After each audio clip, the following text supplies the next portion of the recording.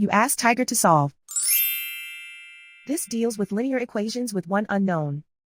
The final result is b equals 12. Let's solve it step by step. Move the negative sign from the denominator to the numerator. Swap sides. Group all constants on the right side of the equation. Add 11 to both sides. Simplify the arithmetic.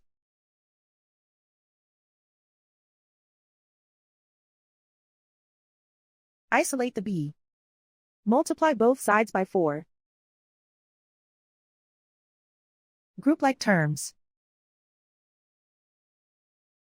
Multiply the coefficients. Simplify the arithmetic.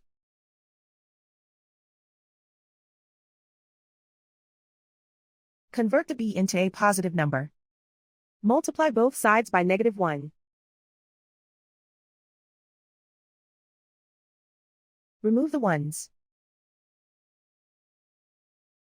Simplify the arithmetic. And so the final result is b equals 12.